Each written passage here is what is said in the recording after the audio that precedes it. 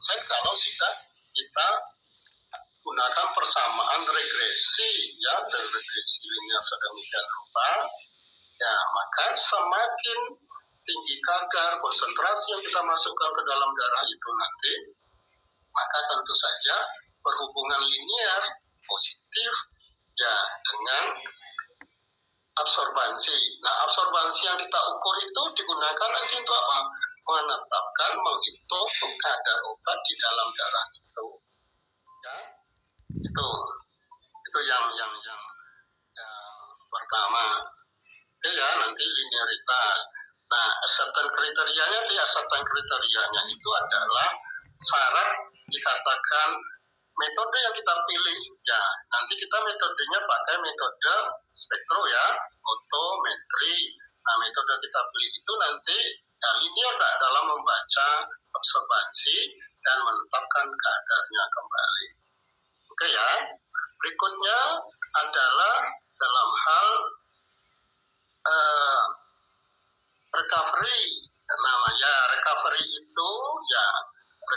itu adalah jika kita memasukkan kadar obat ya di dalam darah itu nanti 100 mg, nanti setelah terbaca nanti dihitung ulang juga akan mendapatkan 100 ya miligram. Nah, tentu saja karena proses penetapan kadar obat di dalam darahnya itu nanti mulai dari ekstraksi dan lain-lain sebagainya, tentu ada yang tinggal dan lain-lain sebagainya, maka ya tentu saja tidak akan 100% persis, tetapi mendekati 100% ya sedemikian rupa. Ya, kriterianya nanti adalah ya tentu saja ya adalah kurang dari 15% yang hilang. Yang hilang itu artinya apa? Kita akan mendapatkan lebih dari 85%. Itu artinya ya recovery atau akurasi dari metode penetapan bioanalisis kita itu sudah diterima. Ya. Oke ya. Kemudian presisi. Nah, saya tidak tahu ini ada presisi atau tidak. Ya, yang kita di sini presisinya. Nah, kalau presisinya apa? Nah, sedemikian rupa kalau kita lihat presisi ya, maka itu artinya adalah di dalam, jika Anda ingin menetapkan kadar obat di dalam darah, ya tentu saja belum tentu pada hari itu, pada saat itu Anda bisa menetapkan semua. Misalnya kalau pasien itu di rumah sakit itu banyak, ada 100 pasien. Nah, dalam 100 pasien itu tidak bisa mengerjakan pada hari itu semua, maka ditetapkan presisi. Artinya apa itu? Reproducible dari hasil penetapan kadar itu, artinya konsistensi ya di dalam hari itu, pada hari itu sama terus dibaca pada jam ke-1, dibaca pada jam ke-2, jam ke-10 sampai jam ke-22 jam, itu hasilnya itu akan sama. Begitu juga nanti ketika kita ternyata tidak bisa dibaca pada hari itu, besok ya kita letakkan dulu ya di kulkas. Di kulkasnya itu di freezer. Apa tujuannya? Agar ya obat itu tidak rusak, tidak mengalami kerusakan sedemikian rupa ya, karena proses penyimpanan itu namanya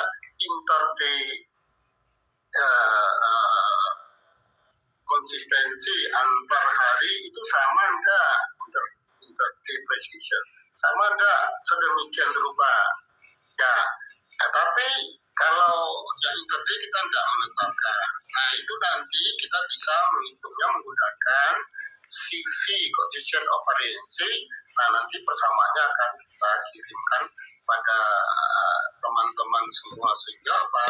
Nanti kita bisa menghitung dan kita bisa membacanya ya sedemikian rupa dengan beserta kriteria dikatakan bisa memenuhi syarat jika apa. Nah, itu. Ya. Oke.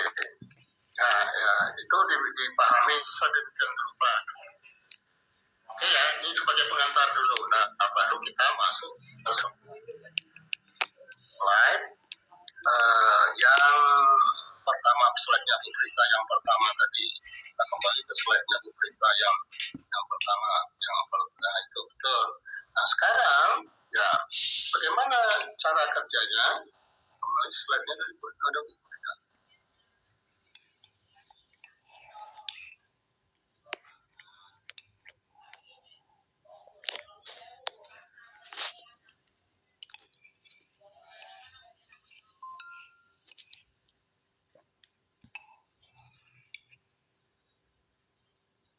Oke. Nah, cara kerjanya nanti ya.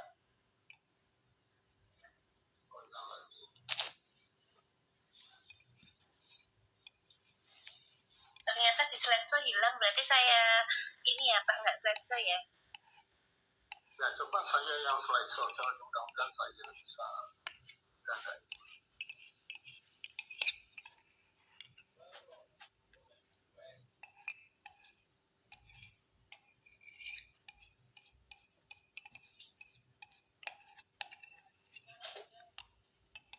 Bisa dibaca? Ini Pak Andang ya? Ya. Coba Bapak, coba yang Bapak bisa tadi, yang punya Bapak tadi malah bisa coba. Oh ya, ini terlihat Pak. Ya, kelihatan. Tapi di slideshow bisa. Ya, oke.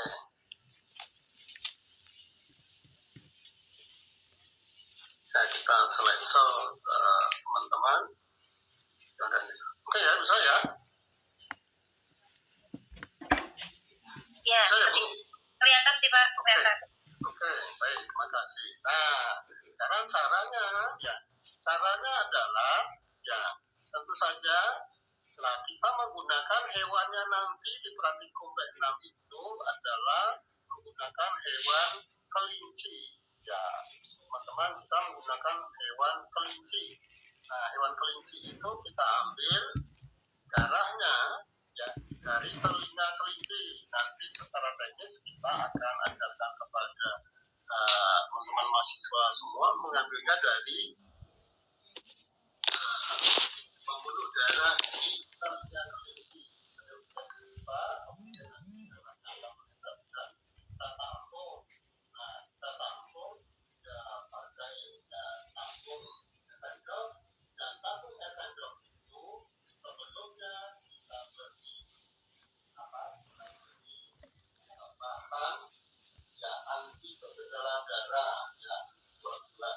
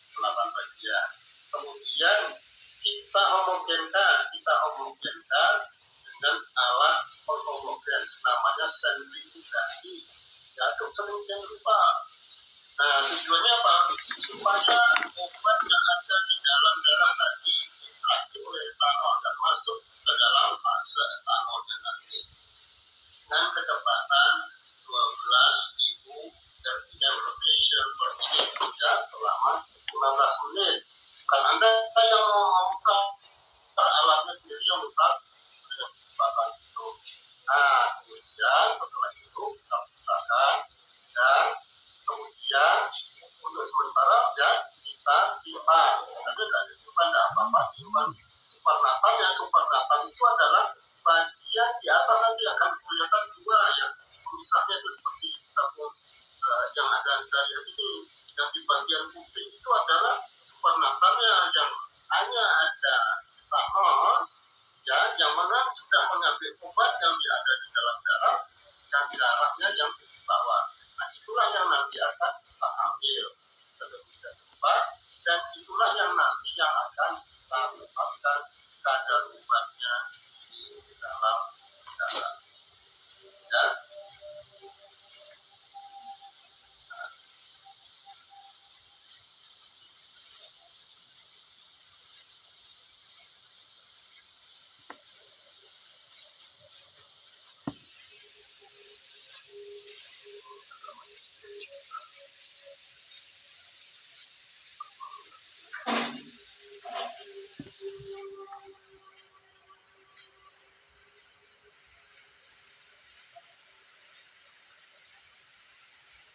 Ya, oke ya.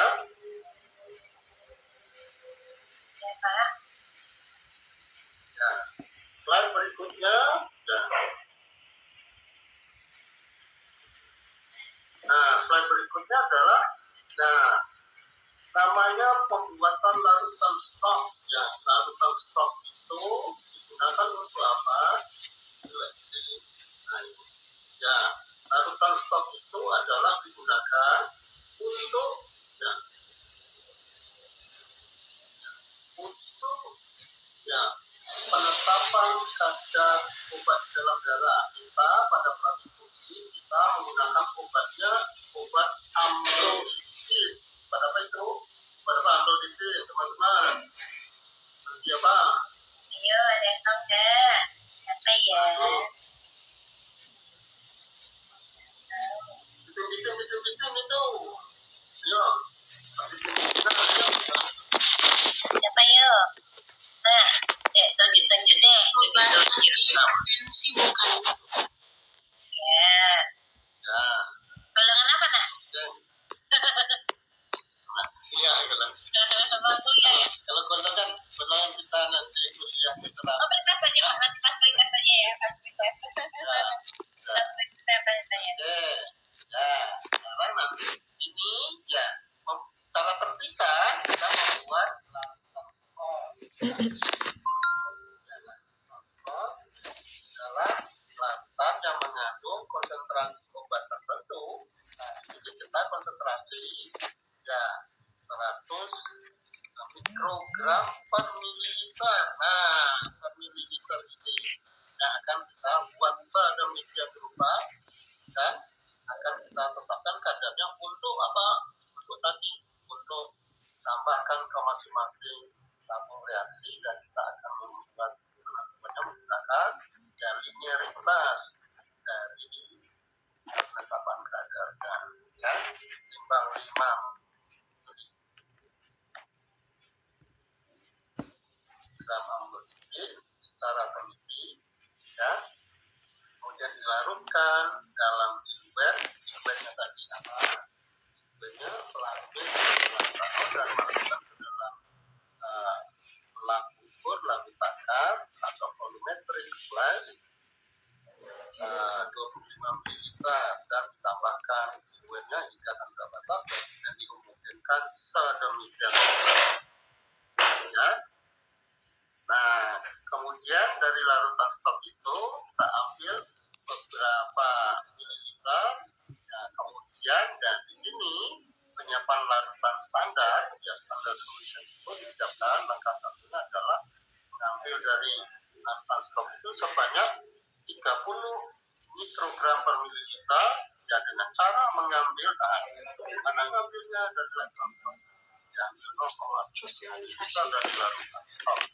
100 mikrogram per mililiter itu kemudian dipisahkan dengan diluent hingga 5 mililiter. Kenapa 5 mililiter? Ya, karena kita nanti memasukkannya ke mana? Yang masukkan ke mana? Itu untuk dimasukkan spektrum itu apa namanya? Apa namanya, teman-teman? Ayo, apa ya? Masukin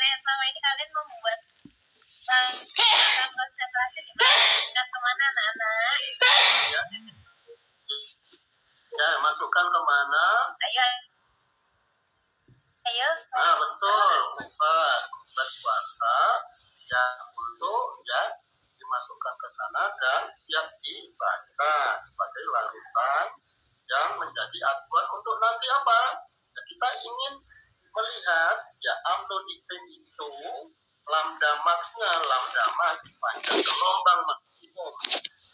Nah, ini akan menentukan ya, penetapan kadar itu pada panjang gelombang tersebutlah yang digunakan untuk penetapan kadar amplitude lambda max. Itu artinya apa? Pada panjang gelombang itu absorbansinya maksimum. Ya, absorbansinya maksimum berarti pada panjang gelombang itulah yang nanti ya, absorbansinya serapat panjang maksimum sedemikian rupa sehingga didapatkan yang penetapan kadarnya nanti juga konsisten di panjang gelombangnya. Biasanya sekitar 348an. Nah, maka ada kita ingatkan kembali seperti di lantai 3 itu melakukan ya scan panjang gelombang antara 200 sampai 400 ya. Setelah ketemu lambda max-nya baru kita melakukan penetapan ya. Bagaimana sistemnya nanti? Kita sistemnya nanti seperti ini. Ya, kalau konsentrasinya sudah dapat, kita ukur apa di sini kita ukur linearitasnya 30 mikrogram per mililiter, 40 mikrogram per mililiter, 50 sampai 70 mikrogram per mililiter. Kemudian kita baca lambda max pada panjang gelombang sekitar 348,45 itu nanti ketemu absorbansinya sekian dan bisa dihitung ya konsentrasinya nanti ya konsentrasinya sedemikian rupa seperti kita perhatikan di lantai 3 titiknya analisis. Maka setelah itu kita otomatis bisa ya buat kurva baku sedemikian rupa. Atau kita sudah punya kurva baku, maka kita bisa menentukan kadar. Atau di sini nomor 6 kita membuat ya regresi linier. Itu tadi yang saya jelas di atas linearitasnya itu. Nah, kita untuk koefisien sedemikian rupa. Kalau linearitasnya yaitu tentu saja garisnya semakin dekat di angka 1 atau 100% berarti ya semakin linear dia. Nah, tambah kadarnya berapa akan absorbansinya juga yang meningkat secara proporsional.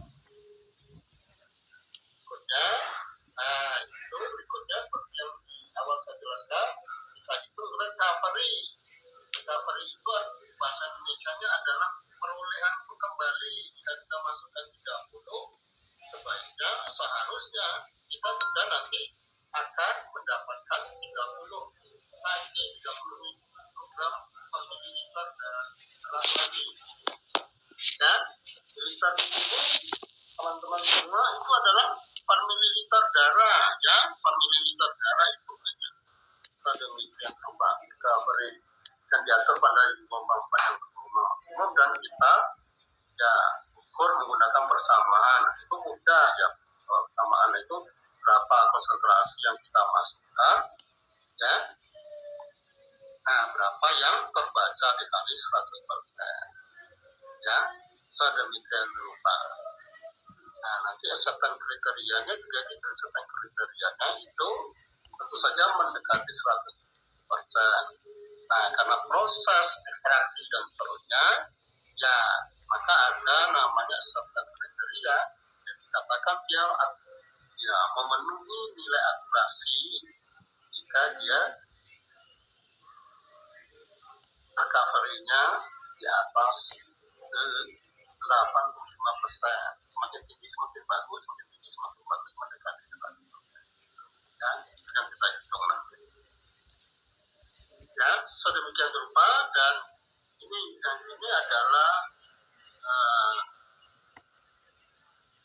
proses penyiapan sampel pada hasil sampel dan ini kalau kita sudah melakukan preparasi dalam menghitung jurnalistik tadi. Nah sekarang kita sudah melakukan validasi metode linearitas, akurasi, kemudian recovery, ya, atau bisa jadi namanya intraday variation atau intraday variation, ya, variasi dalam satu hari dan antar waktu. Kalau sudah memenuhi syarat itu, Anda menghitung itu nanti, ya, baru kita ukur parameter kadar obat yang ada di dalam darah yang sebenarnya. Nah, baru kita masuk ke penetapan kadar obat di dalam darah. Caranya adalah, ya, setelah kita melakukan validasi metode jurnalistiknya, baru kita melakukan analisis farmakokinetik. Pertama, ya, kita mengkonversi dosis yang ada di manusia. Sebenarnya dari manusia itu sebenarnya berasal dari hewan. Dan kita pakai amlodipin, kita pakai kadar konsentrasi tinggi saja. Kita pakai yang berapa Bu? Kita 20 mg. Kalau dia 10 mg per 70 kg BB Pak, tapi maksimalnya juga 10 mg. Kita mau tetap 10 mg atau mau lebih dosis maksimal? Ya, kalau saya mau lebih dosis maksimal supaya cepat terbaca, ya, setelah menerima. Ya Pak. Ya, seperti itu. Ya, supaya cepat terbaca, ya. Nah, caranya nanti Anda buat amlodipin. Nah, nanti disediakan kita itu amlodipin tablet atau amlodipin, ya. Tablet Pak, tapi mungkin kita masukkan kapsul biar mudah dimasukkan ke kelinci. Ya, nanti tablet, kemudian kita gerus, ya, kemudian kita masukkan ke kapsul. Nanti kapsul itulah yang akan kita berikan ke kelinci. Dan ada alat untuk meminumkan kapsul ke kelinci, jangan khawatir, ya. Nah, ini ada alatnya. Dan begitu obatnya itu sudah masuk ke kelinci, maka Anda harus menghidupkan timer atau stopwatch Anda nanti. Dan itu dikatakan, ya, itu pada jam ke-0 atau menit ke-0, ya, menit ke-0. Oke, ya. Nah, 5 menit atau nanti kita berikan waktu 10 menit pertama, Anda akan menyampling darah kelinci. Berapa kita sampai setelah 10 menit atau setelah 5 menit, ya, begitu kelinci sudah kita beri obat kapsul, maka dia otomatis akan nanti diabsorpsi, lepas dari kapsulnya di dalam saluran cerna kelinci, kemudian dia terabsorpsi dan otomatis nanti masuk ke jantung dan didistribusikan sedemikian rupa dan kita sampling darah kelinci. Dan harapannya kita tentu saja dan darah yang mengandung obat itu sudah sampai ke telinga kelinci dan kita sampling sesuai dengan pengambilan darah tadi. Kita bisa mengambilnya sekitar 1 ml saja cukup, dan setelah 1 ml dan diproses seperti kita memproses gaya bioanalitik tadi. Nah, diproses. Nah, kita tambahkan sinanon, kita tambahkan aquades dengan perbandingan 1:1:8 tadi, dan diproses dan disertifikus, kemudian baca menggunakan elektrofotometri pada gelombang sekitar 345-an itu, dan dapat, ya, absorbansinya dan kadarnya otomatis bisa dihitung, maka Anda sudah bisa menentukan kadar obat di dalam darah kelinci pada menit ke-5 sekian, ya. Nah, kemudian setelah 20 menit, kita ambil lagi darahnya. Nah, diteteskan lagi dan diproses lagi sedemikian rupa, dan kita akan mendapatkan kadar obat di dalam darah kelinci. Ya, dari hasil observasi kita itu, ya, masukkan ke persamaan kurva, ya, kurva persamaan penetapan kadar itu, dan ketemulah konsentrasi amlodipin di dalam darah. Dalam darah satuannya tentu saja nanti adalah kemungkinan itu mikrogram per mililiter darah. Nah, sampai nanti pada jam ke 1 sampai 60 menit saja, ya, kita 60 menit saja. Nanti kalau tidak sampai, maka nanti ya kita akan memberikan, ya, hasil observasi pembacaan yang sudah dilakukan, ya, pada Anda nanti, sehingga Anda bisa menghitung darah sampai obatnya sudah hilang dari darah kelinci, ya. Nah, dapat sekitar nanti Anda dapat minimum 3 titik di fase absorpsi, 3 titik di fase distribusi, dan 3 titik di fase eliminasi. Ya, minimum itu dengan 2 titik. Kalau 2 titik garis lurus dia, ya. Nah, nanti di Bapak Ibu nanti akan mengkonfirmasi Anda kenapa 3 titik, kenapa tidak 2 titik, kenapa tidak 1 titik. 1 titik saja kemungkinan apa? Kalau 1 titik, jangan-jangan dia masih di fase absorpsi, belum distribusi. Nah, jangan dikatakan itu 1 titik aja di fase sudah tereliminasi, baru 1 titik, ya, atau pada menit kesekian atau pada jam sekian. Oke, ya. Nah, itu minimum 3 titik di fase absorpsi, 3 titik di fase distribusi, 3 titik di fase eliminasi. Nah, berdasarkan itu kita bisa menghitung apa parameter farmakokinetik yang lain. Nah, kalau di fase absorpsi, tahunya obat itu terabsorpsi, kita hitung berapa kecepatnya absorpsinya, ya. Kemudian kita bisa menghitung setengah absorpsi, waktu yang dibutuhkan oleh obat untuk terabsorpsinya obat itu ke dalam darah separuhnya, 50%-nya bisa kita hitung. Kemudian tahunya obat itu terdistribusi, kita juga menghitung ya parameter distribusi obat, ya. Ya, kita menghitung TD, volume distribusi, itu parameter obat yang sudah terdistribusi belum.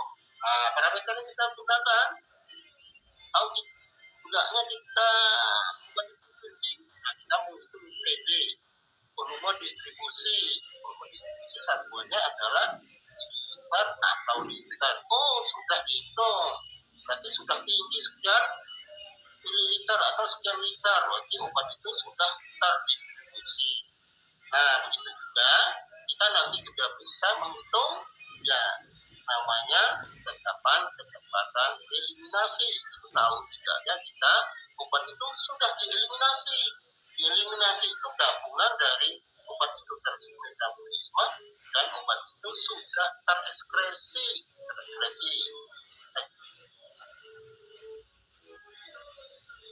Jadi dia terekspresi, otomatis dia terekspresi dalam tulisan kita. Tuh. Nah, kita juga menghitung parameternya apa? Parameternya T setengah eliminasi. T setengah eliminasi itu adalah waktu yang dibutuhkan oleh obat tereliminasi setengahnya. Nah, artinya sudah tereliminasi, sudah keluar dari dalam darah. Nah, kalau spesifiknya nanti setengah ekspresi itu, dan dominannya, dia ekspresi itu sudah keluar dari tubuh separuhnya.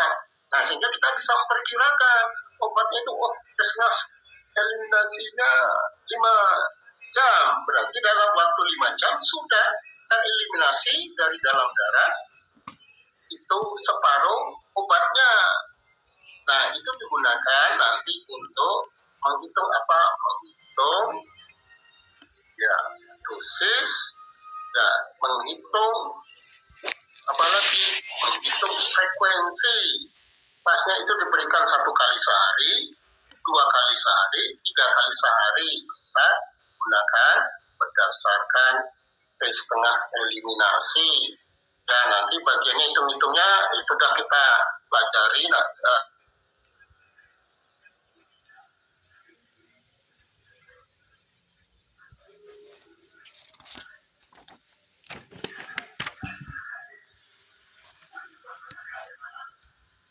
Baca simet ya kadar ya simet ya kadar paling tinggi di dalam darah kelinci itu berapa konsentrasinya itu.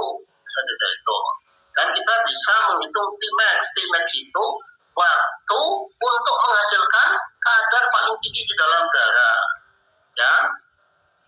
ya berapa lama itu kadarnya paling tinggi di dalam darah. Ternyata paling lama itu 1 jam sudah tinggi, berarti efeknya maksimum nanti karena paling tinggi di dalam darah. Oke ya, nah itu kita begitu. Oke, nah Anda nanti membuat ya tadi tabel-tabel itu sedemikian rupa, dan ya jangan lupa nanti Anda harus membuat yang nomor 3, yaitu membuat hubungan konsentrasi kadar obat di dalam darah terhadap waktu.